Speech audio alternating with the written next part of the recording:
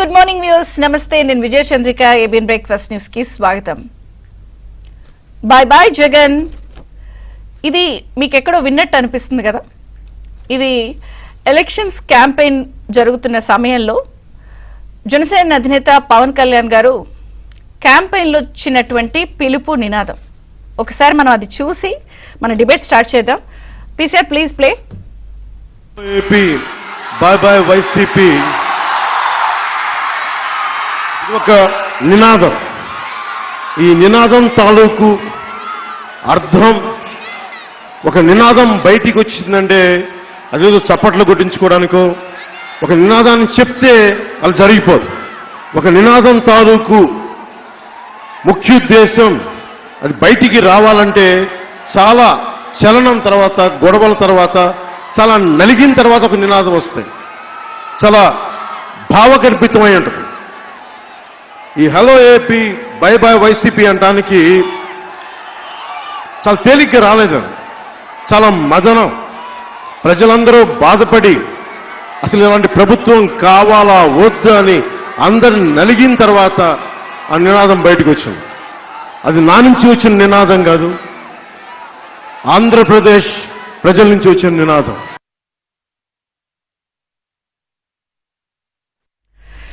So hello AP by by YCP by by Jagan అంటూ పవన్ కళ్యాణ్ ఇచ్చిన ఈ ఒక్క స్లోగన్, ఈ ఒక్క పిలుపుని యావత్ ఆంధ్రప్రదేశ్ ప్రజలు చాలా చాలా సీరియస్ గా తీసుకున్నారు.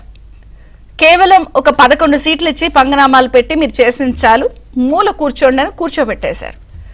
ఇక నిన్నటికి ఆంధ్రప్రదేశ్లో కూటమి ప్రభుత్వం ఏర్పడి 100 రోజులు అయింది.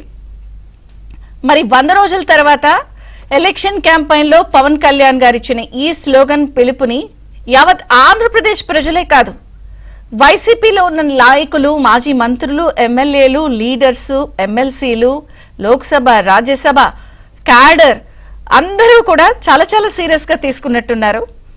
దాన్ని బాగా తలకెక్కి చేసుకుని వాళ్ళు బాయ్ బాయ్ జగన్ అని అంటున్నారు. ఎందుకంటే నిన్న ఒక్కరోజే మనం చూసాం, అసలు జగన్ కి సంబంధించిన సన్నిహితులు, సమీప బంధువులు, మాజీ మంత్రులు, మాజీ ఎమ్మెల్యేలు అందరూ కూడా బాబాయ్ జగన్ అంటూ కూడా నిన్న మనం చూసాం. మాజీ మంత్రి సమీప బంధువు బాలినేని శ్రీనివాసరెడ్డి గారు, అలాగే జగన్ గారికి అత్యంత సన్నిహితుడైనటువంటి, ఆత్మీయుడైనటువంటి జగైపేట మాజీ ఎమ్మెల్యే సామినేని ఉదయ్ భాను ఇద్దరూ కూడా బాయ్ బాయ్ చెప్పేసి జనసేన అధినేత పవన్ కళ్యాణ్ తో భేటీ అయ్యి సమావేశంలో చర్చించి బేషరతుగా ఎటువంటి కండిషన్స్ లేకుండా అక్టోబర్ 4న బాలినేని శ్రీనివాసరెడ్డి గారు, అలాగే ఈ నెల 22న సామినేని ఉదయ్ భాను గారు జనసేనలో చేరిపోతున్నారు. అలాగే వారి తర్వాత ప్రెస్ని అడ్రస్ చేసి చాలా విషయాలు మాట్లాడారు.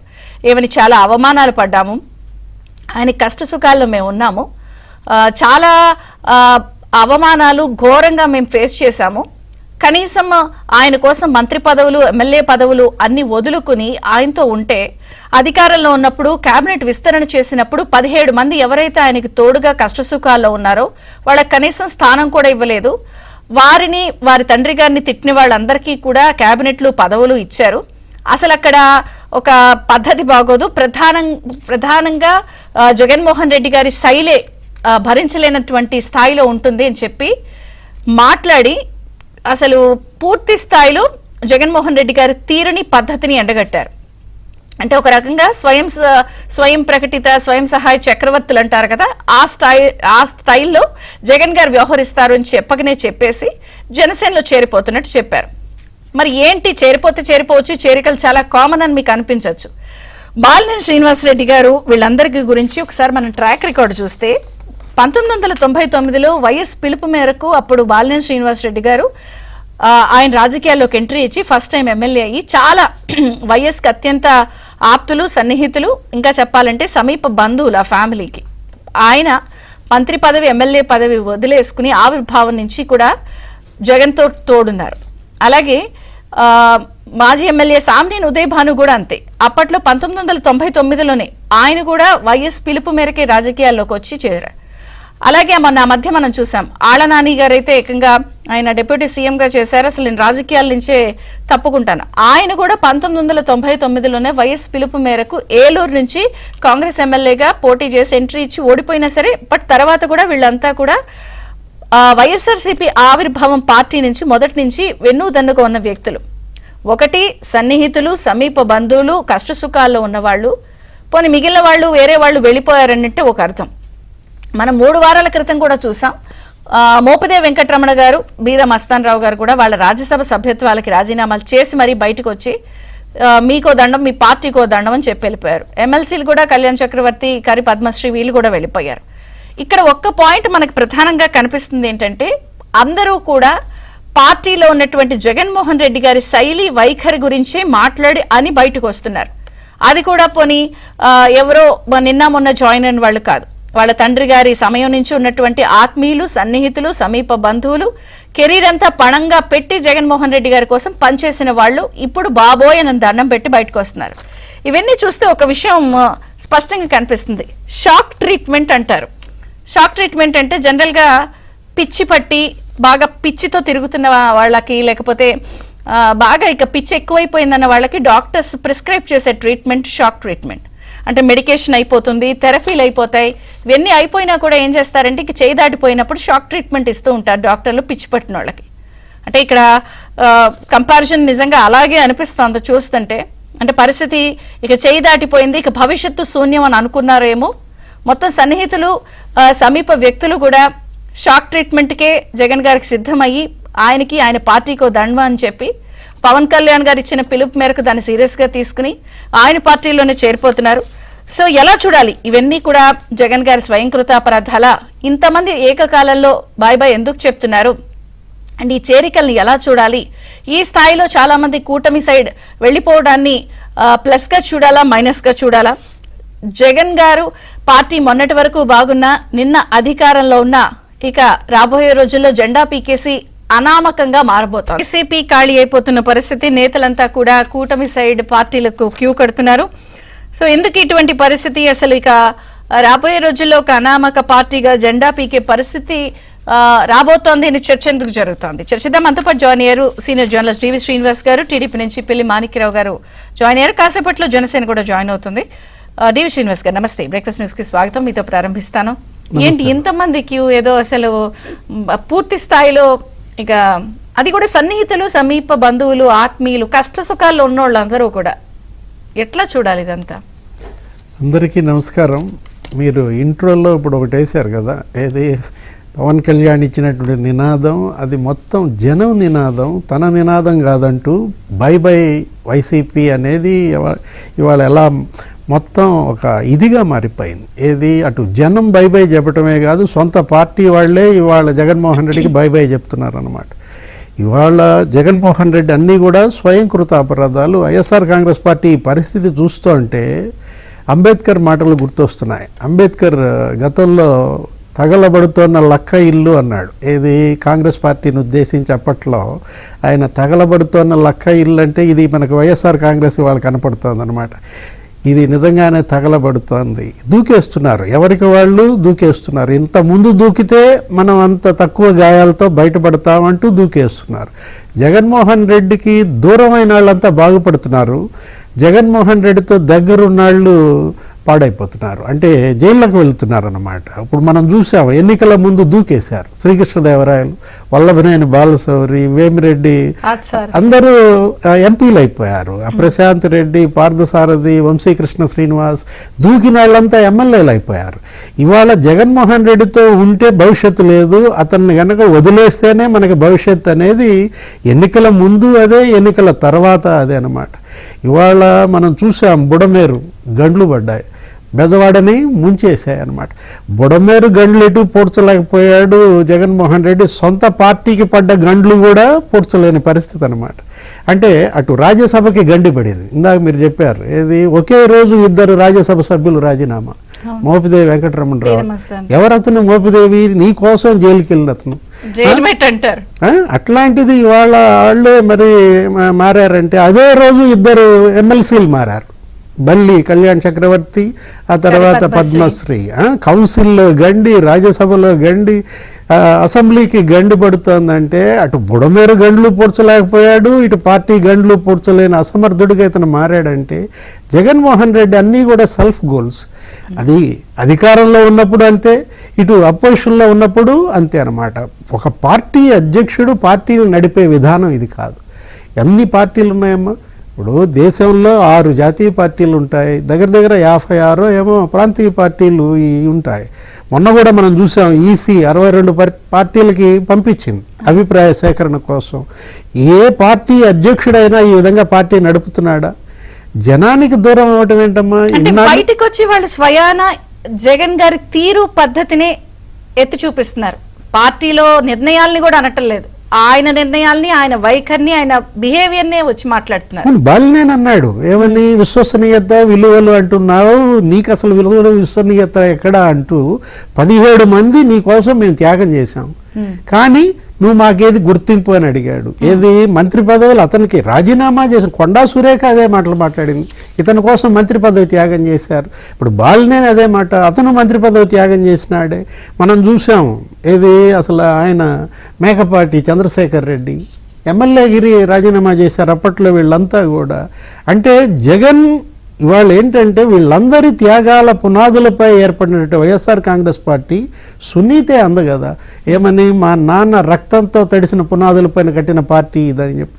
జగన్మోహన్ రెడ్డి వాళ్ళ విశ్వసనీయత ఏ విధంగా కోల్పోయాడో బాలినేని సామినేని మరోసారి చెప్పాడు అనమాట. సామినేని ఏమన్నాడు, అతనిలో మార్పు వచ్చుద్దని అనుకున్నాం, ఇక అతను మారడు అనుకున్నాం, ఇక మేమే మారుతున్నాం, నీలో మార్పు రాలేదు కాబట్టి వాళ్ళు మారిపోతున్నారు. జగన్మోహన్ రెడ్డి ఇక ఇన్నాళ్ళు జనం జగన్కి వెలేశారు, జగన్ జనాన్ని వెలేశాడు, కుటుంబమే వెలేసింది కదా, కుటుంబం వెలేసింది. ఇప్పుడు సొంత పార్టీ వాళ్లే జగన్మోహన్ రెడ్డిని వెలేస్తున్నారు. జనసేన నుంచి సందీప్ పంచకల్ గారు కూడా జాయిన్ అయ్యారు. సందీప్ గారు నమస్తే. అంటే జాయినింగ్స్ అన్ని మీ సైడ్ ఉన్నాయి కాబట్టి మీతో స్టార్ట్ చేస్తాను నేను. ఏంటి అసలు పవన్ కళ్యాణ్ గారు ఇచ్చిన నినాదాన్ని అసలు జనమే కాదు వైసీపీలో వాళ్ళు కూడా చాలా సీరియస్ గా తీసుకున్నారు. By by Jagan, by by AP అని అంటే వాళ్ళు చాలా సీరియస్ గా తీసుకుని మొత్తం మీదే అన్కండిషనల్ గా బేషరతుగా వస్తున్నారని అంటున్నారు. సో ఈ జాయినింగ్స్ పై అండ్ దీనిపై మీ రియాక్షన్ ఏంటి? Good morning madam. అదేవిధంగా ప్యానెల్ లో ఉన్న పెద్దలకి, మన ఏబిఎన్ టీవీ ప్రేక్షకులందరికీ కూడా జనసేన పార్టీ తరఫున నేను నమస్కారం తెలియజేసుకుంటున్నాను. ఇప్పుడు ఒక వ్యక్తిని నమ్మితే మనం గెలుపోవటం సంబంధం లేకుండా, లేదు ఒక పార్టీని నమ్మితే ఆ పార్టీ అధికారం లేదా సంబంధం లేకుండా ఐడియాలజీ మీద నడిచే పార్టీ జనసేన పార్టీ మేడం. ఈ రోజు మాలాంటి వాళ్ళు తీసుకుంటే గనక మాకన్నా ముందు కొంతమంది వైసీపీ పార్టీని పెట్టారు. సో ఆ తర్వాత జనసేన పార్టీ 2014లో వచ్చినప్పటికీ కూడా జనసేన పార్టీ కానీ, పవన్ కళ్యాణ్ గారు కానీ మనం పోటీ చేయొద్దు, మనం మద్దతుగా నిలుద్దాం అని చెప్పిన నాడు నాలాంటి వాళ్ళు ఆయనతో పాటు తోడుగా ఉన్నాం. మనం పోటీ చేద్దాం అని చెప్పినప్పుడు 2019లో మాలాంటి వాళ్ళం పోటీ చేసాం, పవన్ కళ్యాణ్ గారితో పాటు నడిచాం. ఓడిపోయిన 5 సంవత్సరాలు మాలాంటి వాళ్ళం పవన్ కళ్యాణ్ గారితో పాటు ఆయనతో పాటు నడిచాం. ఈ రోజు గెలుపులో కూడా పవన్ కళ్యాణ్ గారితో పాటు ఆయనతో పాటు నడుస్తాం. రేపు పరిస్థితులు ఎలా ఉన్నా కూడా పవన్ కళ్యాణ్ గారితో పాటు ఉంటాం, పవన్ కళ్యాణ్ గారితో పాటు నడుస్తాం. ఎందుకంటే నాయకుడి పైన ఉన్న విశ్వసనీయత అలాంటిది. కానీ ఇది వైసీపీ పార్టీలో మీరు ఎక్కడ కనపడట్లేదు మేడం. మీకు గతంలో కూడా వైసీపీ పార్టీ పుట్టినప్పుడు కూడా వైసీపీ పార్టీ ఐడియాలజీస్ నచ్చో, వైసీపీ పార్టీ నాయకత్వం నచ్చో ఎవరు వచ్చి చేరిన వాళ్ళు చాలా తక్కువ మంది, చాలా లేరనే చెప్పుకోవచ్చు. కాంగ్రెస్ పార్టీ నుంచి లేదా వైఎస్ రాజశేఖర రెడ్డి గారి మీ అభిమానంతో కానివ్వండి, కాంగ్రెస్ విధానాలు మళ్ళీ తిరిగి ఈ పార్టీలో ఉంటాయని చెప్పి అనుకున్న వాళ్ళు కానీ కాంగ్రెస్ నుంచి ప్యారల్ గా మీకు నాయకత్వంతో పాటు క్యాడర్ షిఫ్ట్ అయిపోయారు. ఈ రోజు తీసుకుంటే గనక కొన్ని ఏళ్ల తర్వాత జగన్మోహన్ రెడ్డి గారి నాయకత్వాన్ని, లేదు ఆయన అధికారాన్ని ఆయన చేతికిచ్చి చూశాక, ఈ 5 ఏళ్లలో వాళ్ళు పడిన ఇబ్బందులు చూశాక ప్రతి ఒక్కళ్ళు కూడా జగన్ గారి క్యారెక్టర్ గురించి, లేదు ఆయన మెంటాలిటీ గురించి, ఆయన మైండ్ సెట్ గురించి మాట్లాడుతున్నారు. గతంలో వాళ్ళ ఫ్యామిలీ మెంబర్సే, ఇంట్లో చెల్లి కానివ్వండి, లేదు తల్లి గారు కానివ్వండి, ఎందుకంటే బాలినేని గారు చెప్పారు కాబట్టి నేను చెప్తున్నాను అనమాట. బాలినేని గారు ఏం చెప్పారు, ఈ జగన్మోహన్ రెడ్డి గారు ఓడిపోవాలని చెప్పి వాళ్ళ తల్లి గారు కూడా కోరుకున్నారు అనే విషయాన్ని నిన్న బాలినేని శ్రీనివాస్ గారు చాలా క్లియర్ గా చెప్పారు. ఈ రోజు జనసేన పార్టీలో చేరడానికి ముందుకు వస్తున్న వాళ్ళు, ఉత్సాహం చూపిస్తున్న వాళ్ళు కూడా మీరు బాలినేని గారు కానివ్వండి, సామినేని ఉదయ్ భాను గారు కానివ్వండి, వీళ్ళందరూ కూడా అంటే రెగ్యులర్ గా ప్రతిసారి కూడా అధికారంతో పాటు పార్టీని మారే వ్యక్తులు కాదండి. వాళ్ళ నేచర్ చూస్తే కనుక గతంలో మంత్రి పదవిని, మైనింగ్ శాఖ మంత్రిగా ఉన్న వ్యక్తి ఆయన మంత్రి పదవిని వదులుకుని మరి వైసీపీలోకి చేరారు. సామినేని ఉదయ్ భాను గారు కూడా ఒక ఎమ్మెల్యేగా ఉంటూ ఆయన రాజీనామా చేసి వైసీపీలోకి చేరారు. ఎందుకంటే కాంగ్రెస్ పార్టీ మీద ఉన్న అభిమానం, లేదు రాజశేఖర రెడ్డి గారి మీద ఉన్న అభిమానం తిరిగి మళ్ళీ వారసత్వంలో ఉంటుంది, జగన్మోహన్ రెడ్డి గారిలో కూడా ఉంటుందని నమ్మి వాళ్ళు బ్లైండ్ గా ఒక నాయకత్వాన్ని ఫాలో అయ్యి బయటకు లేరు. కానీ అప్పటి నుంచి కూడా ఈయన పనితీరు చూసి లేదు మారతారు అనుకుని చూసి ఈ రోజు ప్రతి ఒక్కరు కూడా బయటకు వస్తారు మేడం. ఒక ఇంపార్టెంట్ విషయం నేను చెప్తాను మేడం. ప్లీజ్. 1857 లో మీకు సిపాయిల తిరుగుబాటు జరిగింది. అంటే 1857లో మీకు సిపాయిల తిరుగుబాటు జరిగింది. మన బ్రిటిష్ వాళ్ళు వచ్చి మన దేశాన్ని పాలించి ఓవర్టేక్ చేసి లేదు మనకున్న సైనికుల్ని వాళ్ళ దగ్గర చేర్చుకుని వరల్డ్ వార్స్ లో వాళ్ళందరినీ మన సైనికులందరినీ వాడి మన నాయకత్వం మీద అంటే మన రాజ్యాల మీద మన సైనికులను వాడి చేస్తున్న సమయంలో సిపాయిలందరూ కూడా మీకు ఆ రోజున్న బ్రిటిష్ జనరల్స్ ఏం చేశారంటే గన్ లోకి మీకు ఒక రైఫిల్ మీకు అంటే ఒక క్యాటరీస్ తయారు చేశారు. ఆ క్యాటరీస్ లో ఏంటంటే గ్రీస్ బదులు పంది మరియు ఆవు కొవ్వుని వాడేవాళ్ళు అనమాట. దాన్ని ఒక లూబ్రికెంట్ లాగా దాన్ని అది అతికించి ఉంచడం కోసం అది నోట్లో పెట్టుకుని దాన్ని చింపి గన్లోకి వెయ్యాలన్న సమయంలో మీకు పోర్క్ అనేది అంటే మీకు ఇస్లాం మతంలో దాన్ని ముట్టుకోవడం చాలా మత వ్యతిరేకం. అదే విధంగా గోవుని మనం ఎప్పుడు కూడా తల్లిలా పూజిస్తాం హిందువులు అందరం కూడా. అలాంటి దాన్ని నోట్లో పెట్టుకోమంటున్నారని చెప్పని సిపాయిలందరూ కూడా తిరుగుబాటు చేసి ఎన్నో యుద్ధాలు చేసి అప్పుడున్న బ్రిటిష్ పాలనకి ఎదురు నిలిచి ప్రాణాలు కూడా కోల్పోయారు చాలా మంది. మరి ఈ రోజు తీసుకుంటే కనుక ఇప్పటి వరకు ఈ విషయం బయటికి రాలేదు. కానీ తిరుపతి దేవస్థానంలో ఏం జరిగింది మేడం? మీకు స్వయంగా శ్రీవారికి మనం పెట్టే ప్రసాదంలో గాని ఆయన భక్తులకు పెట్టే ప్రసాదంలో గాని నైవేద్యాల్లో కానివ్వండి ఈ రోజు పోర్క్ ఉంది, లేదు బీఫ్ ఎలిమెంట్స్ ఉన్నాయి, బీఫ్ ఫ్యాట్ ఉంది, ఫిష్ ఫ్యాట్ ఉంది అనే విషయం తెలిసాక ఏ ఒక్కళ్ళైనా సరే ఆ రోజు సిపాయిల తిరుగుబాటు ఎలా అయిందో ఈ రోజు మరి జగన్మోహన్ రెడ్డి గారు నమ్ముకున్న వాళ్ళు ఇంకా కూడా పార్టీలో ఉన్నారు అనుకుంటే వాళ్ళని పూర్తిగా ఒక మతానికి వాళ్ళు ఏ మతం వాళ్ళనే కానివ్వండి కట్టుబడి లేని నిజం మేడం. ఎందుకంటే వాళ్ళు చేసిన పాపం అంత ఇంత కాదండి. జనవరి 2024లో అయోధ్య ఏవైతే ఓపెనింగ్ జరిగిందో దానికోసం తిరుపతి నుంచి 1,00,000 లడ్డూలు పంపించారు మేడం. 1,00,000 లడ్డూలు అంటే 1,00,000 మంది కుటుంబాలు ఆ లడ్డూలు తినుంటారు. ఏమే నమ్మకంతో వెంకటేశ్వర స్వామి ప్రసాదం ఇదని చెప్పి చాలా పవిత్రంగా భావించి తినుంటారు. ఇక ఢిల్లీ వెళ్ళిన ప్రతిసారి కూడా మీరు లడ్డూలు పట్టుకెళ్ళి ఇచ్చేవాడు. అంటే సాక్షాత్తు మన దేశ ప్రధాని నరేంద్ర మోడీ గారు కానివ్వండి, అమిత్ షా గారు కానివ్వండి, వచ్చిన ఏ ఒక్కరికైనా సరే వాళ్ళందరితో కూడా ఈ బీఫ్ అదే విధంగా ఈ పోర్క్ తినిపించారు, ఈ పోర్క్ ఫ్యాట్ తినిపించారు వీళ్ళు వైసీపీ నాయకులు. దీన్ని కేవలం మన ఆంధ్ర రాష్ట్రానికి సంబంధించింది కాదు మేడం, ఒక మతానికి సంబంధించింది కూడా కాదు. గతంలో ఏ విధంగా అయితే 1857లో సిపాయి మ్యూటినీ వచ్చి సిపాయిలు రివోల్ట్ చేశారు, ఈ రోజు ప్రతి ఒక్కరు రివోల్ట్ చేయాల్సిందే. ఎప్పటికైనా సరే తెలియజరిగిన విషయాన్ని పక్కన పెడితే 1000 రూపాయలు ఉండే స్వచ్ఛమైన ఘీ 350 రూపాయలకు వచ్చేస్తుందని చెప్పి తగ్గించేశారంటే మీకు తిరుపతిలో మీకు నిధులకు కొరత అంటే ప్రజల్ని ఏ విధంగా అంటే లోపల జరిగిన మీకు పూజారుల దగ్గర నుంచి ప్రసాదం తిన్న ప్రతి ఒక్కరిని ఈ రోజు నాతో మీతో సహా మేడం ఈ రోజు డిబేట్ లో కూర్చున్న వాళ్ళు సహా గడిచిన 5 ఏళ్లలో ఎన్నో ఇబ్బందులు పడి మన వెంకటేశ్వర స్వామి కలియుగ దేవుడు వెంకటేశ్వర స్వామి దగ్గరికి వెళ్ళి మనం మొక్కుకుని ఉంటాం, చాలా పవిత్రంగా భావించి తిరుపతి ప్రసాదం తిని ఉంటాం. ఈ రోజు మీతో నాతో డిబేట్ చూసిన వాళ్ళందరితో కూడా పంది ఫ్యాట్ను అదే విధంగా గోవు మనకి బీఫ్ ఫ్యాట్ తినిపించాడు ఈ వ్యక్తి. మరి ఎంత పాపం నుంచి ఆ వ్యవహారాలన్నీ చూసిన వాళ్ళే ఇక మన వల్ల కాదు ఈ పార్టీలో భవిష్యత్ శూన్యం అనేది క్లారిటీ వస్తుంది అందరికి. చాలా క్లియర్ గా ఉంది మేడం. ఇప్పటికైనా సరే వైసీపీ పార్టీలో నమ్మేవాళ్ళు కానివ్వండి, దాన్ని గుడ్డుగా సపోర్ట్ చేసేవాళ్ళు కానివ్వండి, లేదు దానికి ఓటు వేసిన వాళ్ళు కానీ ఉంటారైతే నేనైతే అనుకోను. ఇంత పాపం జరిగాక 1,00,000 మందితో తినిపించాక అయోధ్యకి పంపించాక, ఎందుకంటే మనకి బ్రిటిషర్స్ వాళ్ళకి ఈ బీఫ్ అన్న పోర్క్ అన్న చాలా చిన్న విషయం వాళ్ళకి, కానీ మనకు అలా కాదు మేడం. మన చిన్న విషయం కాదు అది. మన ఆచారాల్ని ఒక మతాన్ని లేదు నమ్మకాన్ని 100 కోట్ల హిందువుల్ని ఈ రోజు మతాన్ని దెబ్బతీసిన వ్యక్తి ఆ పార్టీ వైసీపీ పార్టీ. దేశంలో నాకు తెలిసి ఎప్పుడు కూడా ఇది జరగకూడదని నేను భావిస్తున్నాను. కాబట్టి ఇప్పటికైనా సరే వైసీపీ పార్టీ నమ్మేవాళ్ళు కానీ సపోర్ట్ చేసే వాళ్ళు కానీ ఉంటే కళ్ళు తెరుచుకోండి. ఉదయ్ భాను గారు లాగా లేదు బాలినేని శ్రీనివాస్ రెడ్డి గారు లాగా ఇప్పుడు రాబోయే అంత టచ్ లోకి వచ్చేసారా మేడం? జనసేన పార్టీ నుంచి మేము ఎప్పుడు కూడా ఒక వ్యక్తి రావాలని గానీ లేదు ఉన్న వ్యక్తిని మీరు ఇక్కడ ఉండని బతినాడు పార్టీ కాదు. తప్పకుండా ఐడియాలజీ నచ్చి వచ్చే ఏ వ్యక్తి సరే కేతిరెడ్డి గారు, తోట త్రిమూర్తులు గారు ఇలా పేర్లు అంటున్నారు. అంటే ఇంకా మీకు లిస్ట్ అయితే పెద్దదే ఉంది మేడం. ఎవరెవరు వస్తారు అనేది దాన్ని అధ్యక్షులు పవన్ కళ్యాణ్ గారి దగ్గర పెట్టి ఆయన ఐడియాలజీ నచ్చి బేషరతుగా ఎవరికి కూడా మేము హామీలు ఇచ్చి అదిగో ఇదిగో అని హామీలు తీసుకునే పార్టీ కాదు మాది, యువనాయకత్వం ఉన్న పార్టీ. కాబట్టి మీకు వచ్చే ఎవరైనా సరే బేషరతుగా వస్తామన్నప్పుడు తప్పకుండా స్వాగతిస్తాం మేడం. పిల్లి మాణిక్యరావు గారు ఉన్నారు. నమస్తే పిల్లి మాణిక్యరావు గారు, బ్రేక్ఫాస్ట్ న్యూస్ కి స్వాగతం. మీకు గుర్తుండే ఉంటుంది ఎలక్షన్ క్యాంపెయిన్ కి ముందు లేదా కరెక్ట్ గా ఎలక్షన్స్ జరుగుతున్నప్పుడు వైసీపీ వాళ్ళు నాయకులు మీ టీడీపీని జనసేన ఒక మాట రెగ్యులర్ గా అనేవాళ్ళు, మీరంతా అస్సాం టికెట్లు కొనుక్కోండి, గోద్రేజ్ తాళాలకు ఆర్డర్ ఇవ్వండి, మూసేసే టైం దగ్గరికి వచ్చింది, జెండా పీకేయండి. గుర్తున్నాయా మీకు ఇవన్నీ? అప్పుడు ఎట్లా మర్చిపోతాం మేడం? ఇప్పుడు గోద్రేజ్ తాళాలు ఎవరికి అవసరం, అస్సాం టికెట్లు ఎవరికి అవసరం, ఈ జరుగుతున్న పరిణామాలు అంతా కూడా క్యూ కడుతున్నారు కూటమికి వైసీపీ నుంచి. నమస్కారం మేడం, మీకు శ్రీనివాస్ గారికి ఎట్లాగే మిత్రుడికి వీక్షకులందరూ కూడా నమస్కారం. నా మాట వినపడుతుంది మేడం? వినిపిస్తుంది, చెప్పండి. మీరు ఇప్పుడు చెప్పినట్టు రాజకీయంగా 100 రకాల విమర్శలు చేయొచ్చు కానీ రాజకీయ పార్టీ అంటే భారతదేశంలో గాని ఆంధ్రప్రదేశ్ లో గాని ఒక రాజకీయ పార్టీ అంటే ప్రజల సమస్యల పరిష్కారం కోసం ఒక వేదికను ఏర్పాటు చేయడం కోసం ఒక సిద్ధాంతాన్ని నమ్ముకున్నటువంటి వ్యక్తులు ప్రారంభిస్తారు.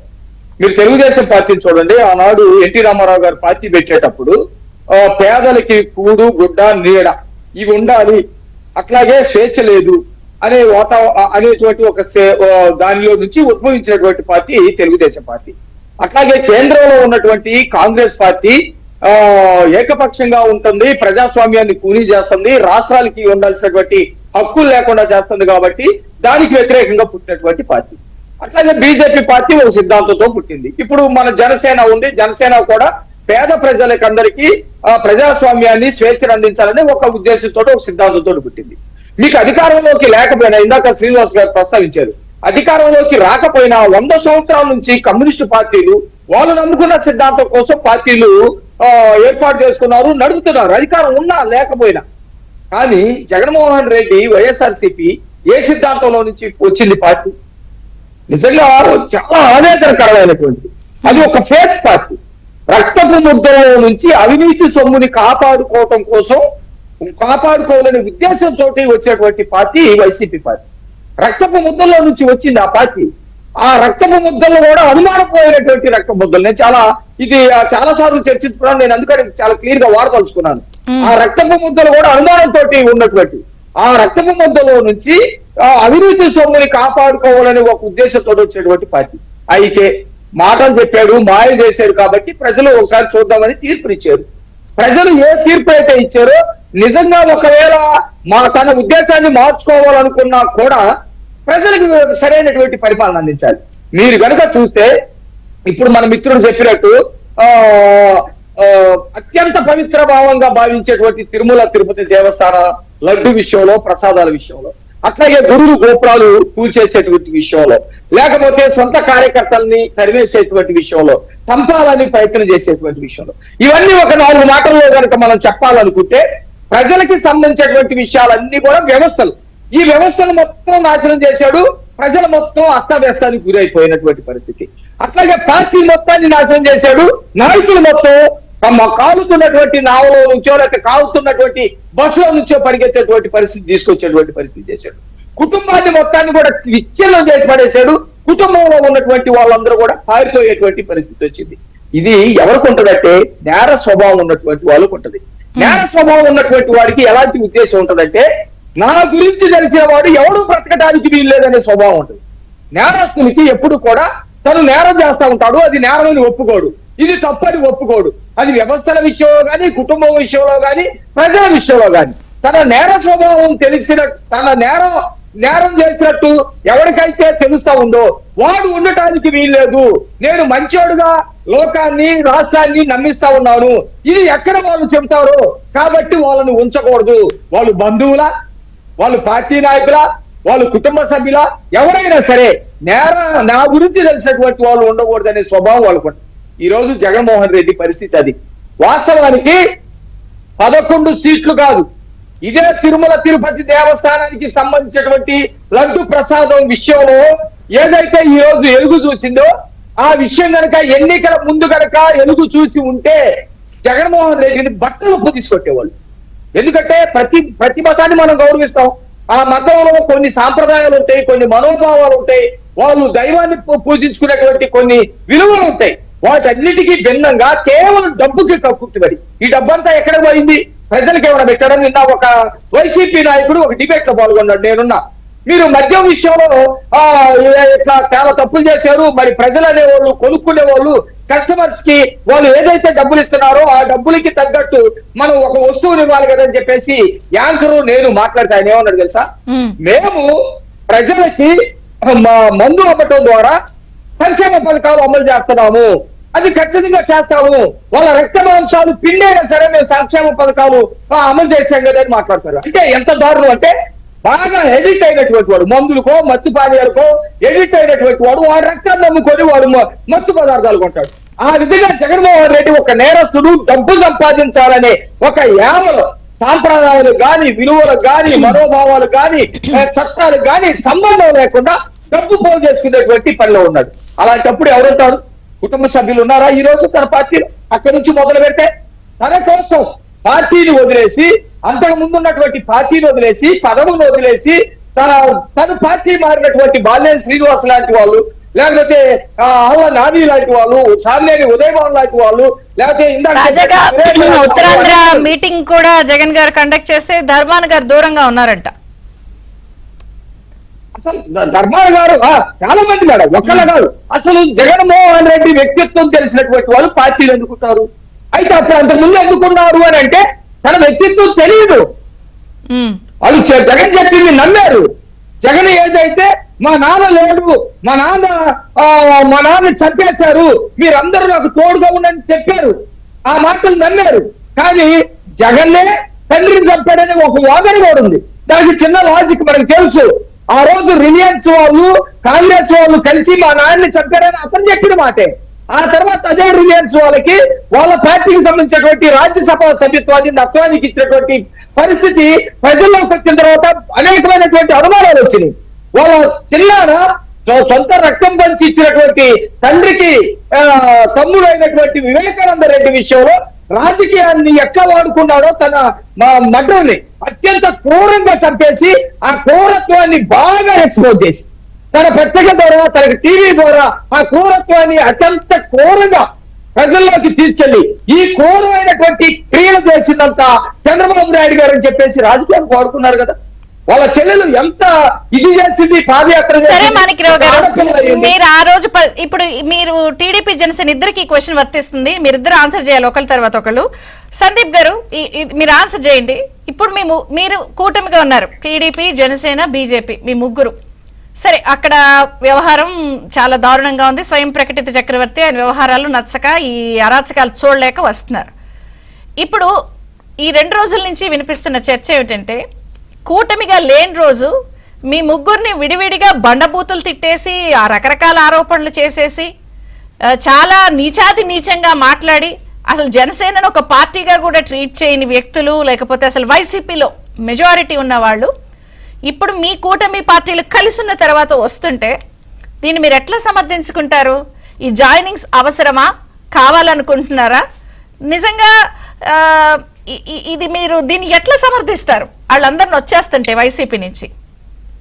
మేడం, ఇప్పుడు జనసేన పార్టీకి గనక చేరికలే ముఖ్యం అనుకుంటే గనక అధికారంలోకి వచ్చిన వెంటనే ఎప్పుడైతే దేశంలో ఎక్కడా లేని విధంగా 21కి 21 ఎమ్మెల్యే సీట్లు, 2కు పోటీ చేసిన 2 ఎంపీ సీట్లు గెలిచిన నాడు, అంత చరిత్రాత్మక విజయం చూసిన నాడు వెంటనే క్యూ కట్టేవాళ్ళు.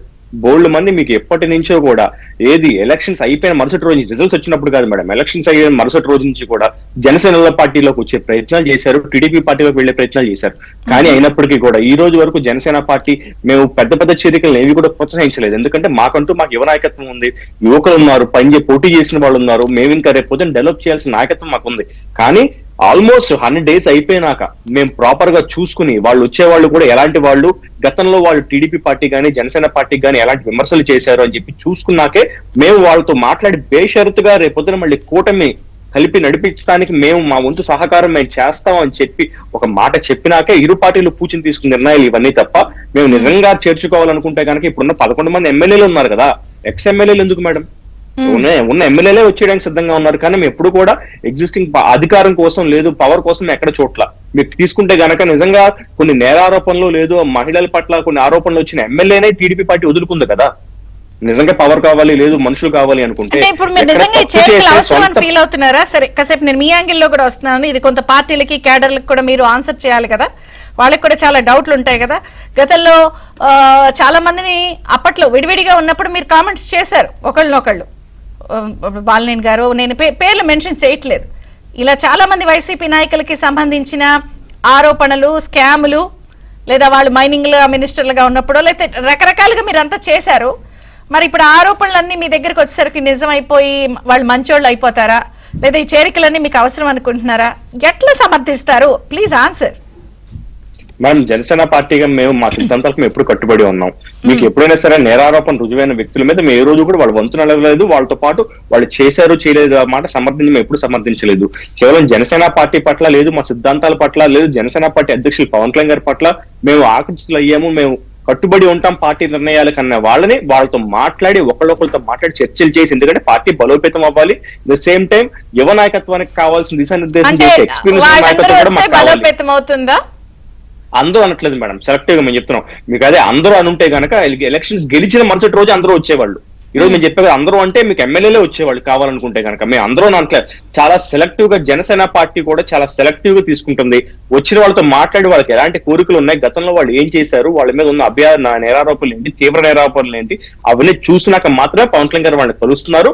వాళ్ళ జనసేన పార్టీలోకి చేరడానికి ఒక అవకాశం కల్పిస్తున్నారు. ఎన్నోసార్లు మన టీవీ డిబేట్ లోనే ఇతర టీవీ డిబేట్ లో చెప్పారు, జనసేన పార్టీలో చేరికలు చాలా కష్టం అవుతున్నాయి, పవన్ కళ్యాణ్ గారు ఎవరిని కలవట్లేదు, లేదు పవన్ కళ్యాణ్ గారు కలవడానికి ఇష్టపడలేదని ఎన్నోసార్లు చెప్పారు. కానీ జనసేన పార్టీ కూడా ఒక అనుభవం ఉన్న నాయకులతో పాటు లేదు, ఆ జిల్లాలో జనసేన పార్టీలో నాలాంటి యువకులు డెవలప్ అవ్వాలన్నా కూడా అంటే ఒకప్పుడు విడివిడిగా ఉన్నప్పుడు పార్టీల వైజ్ మీరంతా కూడా ఆళ్ళ క్యాడర్ మీ క్యాడర్ దెబ్బలాడేసుకున్నప్పుడు మీ క్యాడర్ కి ఏం సమాధానం చెప్పి ఎలా సమర్థిస్తారు? నేను అనేది ఏంటంటే చిల్లు పడినా పడవ మునిగిపోతుంది, ఓవర్ వెయిట్ అయినా పడవ మునిగిపోద్ది. Got my point. ఈరోజు కరెక్ట్ మేడం, మేము ఎక్కడ కూడా దాన్ని బ్యాలెన్స్ చేసుకుంటానే ముందుకెళ్తాం తప్ప, మీకు గతంలో కూడా బాలినేని గారి గురించి తీసుకున్నప్పుడు పవన్ కళ్యాణ్ గారు, జగన్మోహన్ రెడ్డి ఎప్పుడు కూడా బాలినేని గారు సంబంధించారు నాకు తెలియదు, కానీ పవన్ కళ్యాణ్ గారు అనేక సార్లు మీటింగ్ లో కూడా చెప్పారు, వైసీపీ పార్టీలో కూడా కొంతమంది మంచి వ్యక్తులు ఉన్నారు, మనకు బాలినేని గారు లాంటి వాళ్ళు ఉన్నారు.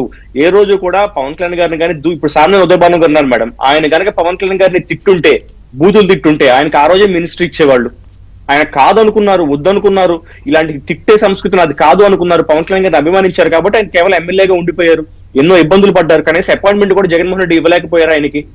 మరి ఈ రోజు బాలినేని గారు స్వయంగా జనసేన పార్టీ నుంచి సంబంధించి కానీ ఏ రోజు కూడా పవన్ కళ్యాణ్ గారిని కానీ దూషించిన వ్యక్తి కాదు. గతంలో ఆయన పైగా చెప్పారు వెళ్ళి, మనం పవన్ కళ్యాణ్ గారిని కనుక తిడతా ఉంటే ప్రజల్లో మనకు అసమ్మతి పెరిగిపోతుంది, పవన్ కళ్యాణ్ గారికి ఆదరణ పెరుగుతుందంటే కనుక అన్కండిషనల్ ఉంటాయి అవసరం అని భావిస్తున్నారు.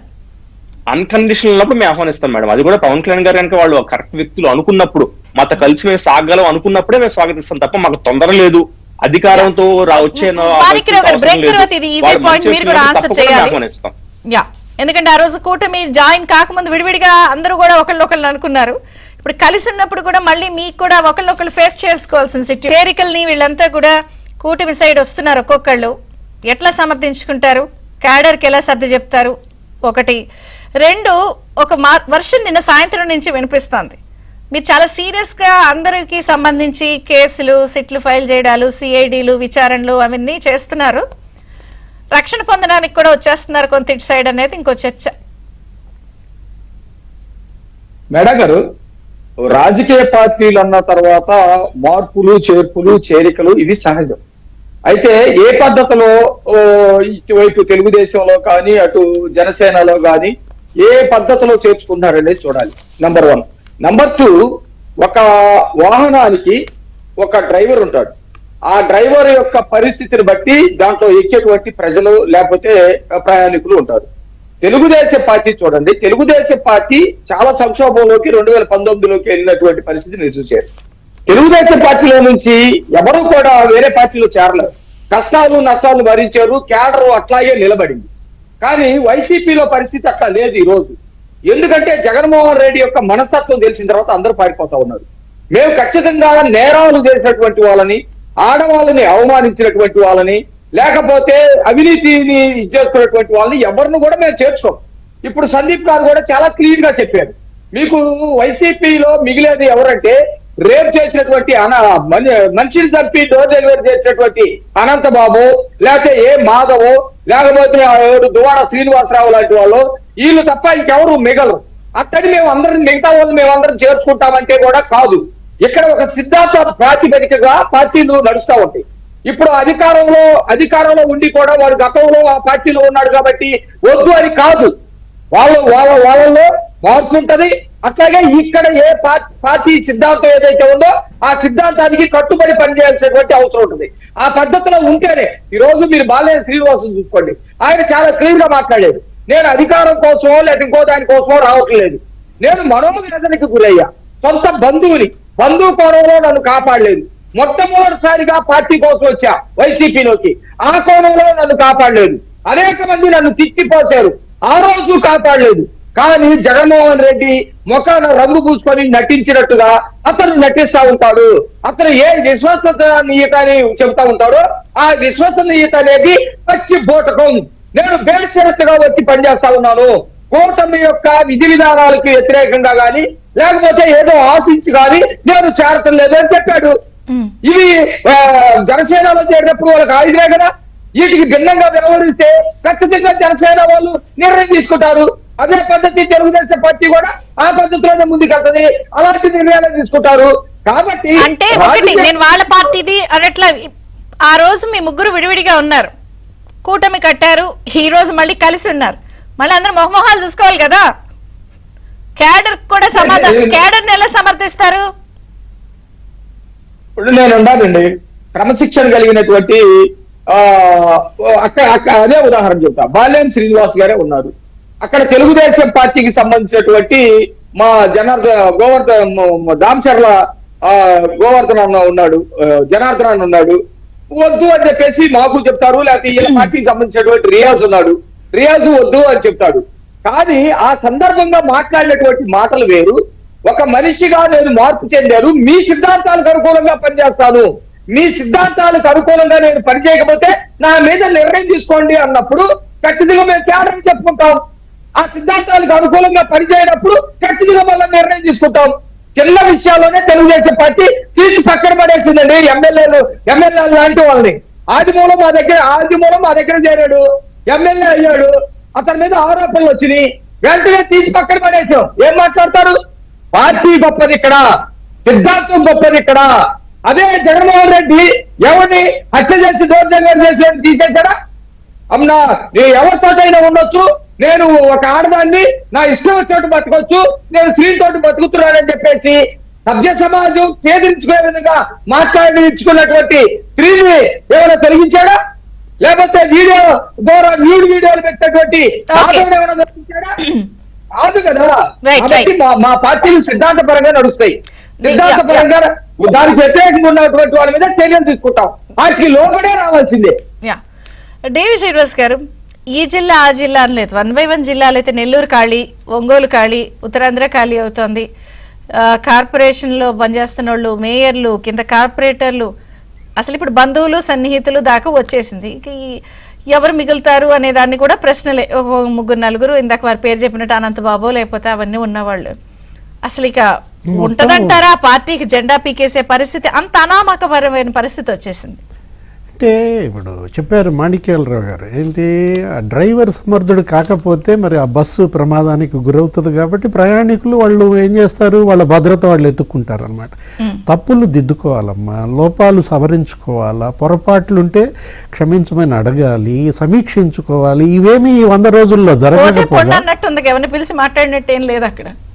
ఇవన్నీ జరగకపోగా ఇక అతనిలో మార్పు లేదు, మార్పు రాదనేది అర్థమైపోయింది, వెళ్ళిపోతున్నారు. జగన్మోహన్ రెడ్డి అతను ఏంటంటే అహంభావం, అవినీతి, అరాచకం, అసహనం, ఇవాళ అక్కసు మనం చూసాం ఏ విధంగా. ఇవాళ అతనికి అవే పంచేంద్రియాలన్నమాట. అర్థమైపోయింది అందరికీ కూడా. ఇవాళ ఈ 100 రోజుల్లో అతను ఏమన్నా సమీక్షించుకుంటే, ఈ 100 రోజుల్లో తప్పులు నేను ఇవి చేశాను, 3 రాజధానులు మాది తప్పు, దిద్దుకుంటాం, లేకపోతే ఏదైనా ఆ విధమైనటువంటి ఒక సందేశం ఇస్తే మనం చూసాం. అవకాశాలు ఈ 100 రోజుల్లో చాలా వచ్చాయి. బుడమేరు వరదలు, ఆ వరదల్లో నువ్వు నిలబడితే, నువ్వు అందరికీ కనుక సేవలు అందించుంటే ఇవాళ నీకు ఎంత మైలేజ్ వచ్చుండేది, ఇవాళ వాళ్ళకెంత మైలేజ్ వచ్చేది. అసెంబ్లీ ఒక అవకాశం, అసెంబ్లీకి హాజరై ఉంటే మొత్తం మీడియా దృష్టి నీ వైపు ఉండేది. వాళ్ళు అవకాశం ఇచ్చినా నీ వైపే ఉంటుంది, అవకాశం ఇవ్వకపోయినా నీ వైపే ఉంటుంది. అసెంబ్లీకి వచ్చే అవకాశం వదిలేసుకున్నాడు, ఈ వరద బాధితులకు సేవ చేసే అవకాశం వదిలేసుకున్నాడు. ఇవాళ అతను ఏంటంటే అతని వైఫల్యాలకి ఎవరో కాదు, అతనే కారణం అన్నమాట. ఈ పరిస్థితికి జగన్మోహన్ రెడ్డి మరెవరిని నిందించే ఇది కూడా లేదు. జగన్మోహన్ రెడ్డి ఇవాళ స్వయం కృతాపరాధాలే అతన్ని ఈ పరిస్థితికి తెచ్చాయన్నమాట. మారడు, మార్పు రాదు అని ఇవాళ అందరూ మారిపోతున్నారు. కాకపోతే ఒకటి ఇక్కడ అప్రమత్తంగా ఉండాలి. చేరే వాళ్ళ పట్ల జనసేన అయినా తెలుగుదేశం అయినా ఒక వైసీపీ పార్టీ జెండాని చింపి ముక్కలుగా 3 డైరెక్షన్ లో పంచుకుంటున్నప్పుడు అంటే వీళ్ళల్లో కోవట్లు ఉండే అవకాశం అది ఉంది. కదా నేను అనేది ఏది? ఏం లేదు మేడం మేము ఇప్పుడు వెరిఫై చేస్తున్నాం అని మనం అంటున్నాం చూసాం ఆళ్ల రామకృష్ణారెడ్డి ఇదే విధంగా షర్మిల వైపు వెళ్ళాడు, వారానికి మళ్ళీ మళ్ళా ఇటు వచ్చాడు. ఇప్పుడు బాలినేని అలా చేస్తాడని కాదు, సామినేని అలా చేస్తాడని కాదు, తస్మాత్ జాగ్రత్త. ఏది కోవట్టులు జగన్మోహన్ రెడ్డి వీళ్ళని పంపిస్తున్నాడనే ప్రచారం కూడా మనం సోషల్ మీడియాలో చూస్తున్నాం.